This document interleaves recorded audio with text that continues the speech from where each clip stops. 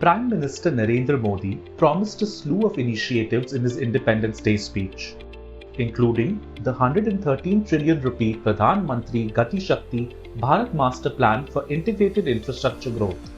The Gati Shakti plan's targeted objective would be speeding up economic recovery through infrastructure building. The ambitious plan could generate demand for a host of sectors, including cement, metal, and power. More importantly, it could generate employment. It is also crucial for creating hospitals, schools, and other social infrastructure that form the very fabric of the national infrastructure pipeline identified by a government task force. The government is also expected to add speed to the creation of health infrastructure after the second wave of COVID-19 underscored the need for central and state investment in this sector.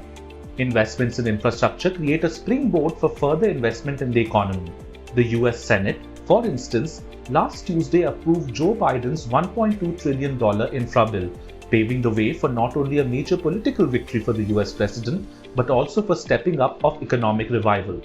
Interestingly, the Gati Shakti plan has a striking resemblance to the 2019-20 budget proposal that mentioned the same figure for the same purpose: infrastructure creation. The Prime Minister's own Independence Day speeches in 2019 and also last year had mentioned the National Infrastructure Pipeline project. With all that in mind, let's delve deep into what's new in the Gati Shakti plan and understand its significance. To help us do that, we have Business Standard's A.K. Bhattacharya with us today. As the name suggests, Gati Shakti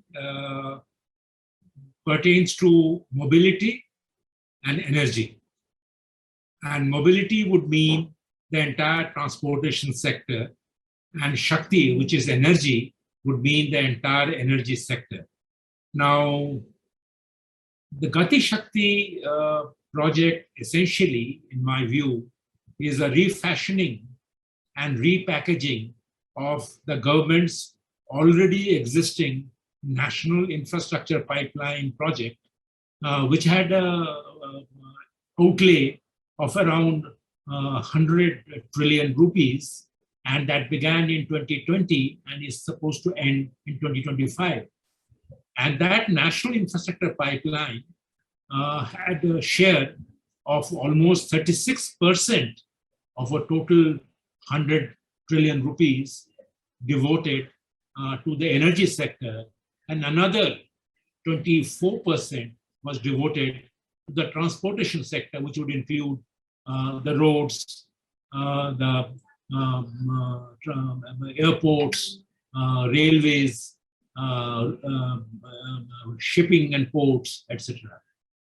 So if you take an overall view, what you're going to see is around 60% of a total national infrastructure pipeline was devoted to mobility or transportation and energy.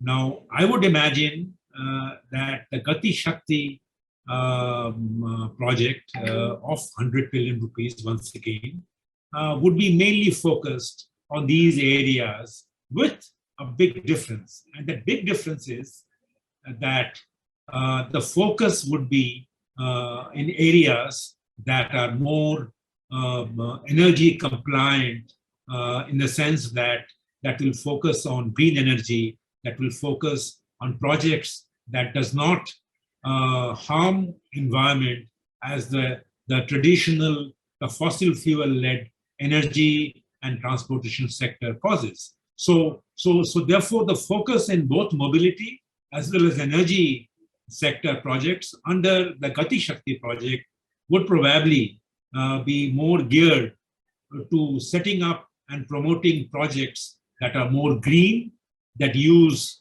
more green energy, causing less pollution, causing less harm to environment, and in the final analysis helps India's case in the forthcoming COP26 meeting to be held in Glasgow in most probably in November.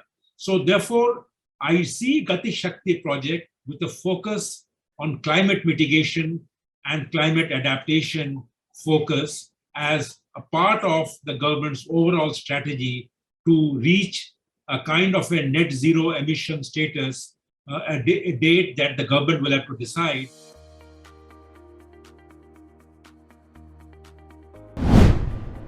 If you like this video, share it and subscribe to Business Standard. For more news, views and insights, log on to www.business-standard.com. Do also follow us on YouTube, Twitter, Facebook, Instagram, Telegram and LinkedIn.